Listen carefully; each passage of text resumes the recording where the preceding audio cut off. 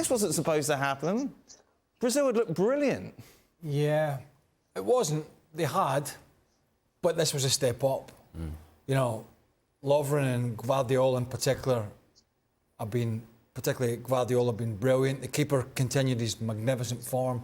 Full-back from Celtic on the right side, excellent. And of course that midfield three with Modric in there. So yeah, it wasn't supposed to happen, but they gained some control in the game. And Brazil, yeah, they huffed and puffed, and Livakovic made some great saves at the key point. But it wasn't a South Korea performance. It wasn't a Harlem Globetrotters. This is amazing. It was bits and pieces against a very, very good side.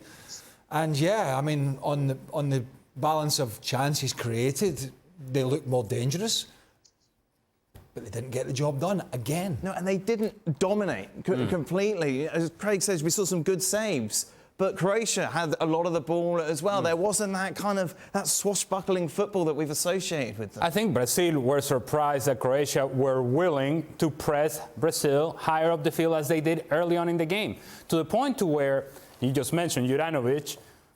He became a critical part to the success of Croatia in that he was willing to run with the ball 40 yards, nobody making contact with him, because Vini Jr. is not going to track back, and there's no help coming out of the midfield, and Neymar is not going to track back, and so this guy just continues to drive with the ball. And so now Croatia gets a little bit of confidence. Now they have possession of the ball in the attacking half, and while they're not as dangerous in the attacking half because they don't quite have the talent level that Brazil does in the final third, Croatia was there and felt comfortable in the manner in which they were playing. Brazil does Croatia a favor by slowing down the game. Yeah. And they did this time and time again. Well, if I were talking to Neymar right now, and if we had a personal relationship, I would sit him down and say, Neymar, why are you standing on the ball? Repeatedly. Time and time again, why are you standing on the ball? In doing that, you're helping Croatia. You're allowing them to sit behind the ball now, and now you're moving the ball side to side, and they're moving with you, so it becomes easier to defend. The strength of Brazil, when they get into the final third, is the quick movement of the ball and the quick movement of players. When you stand on it, you become predictable.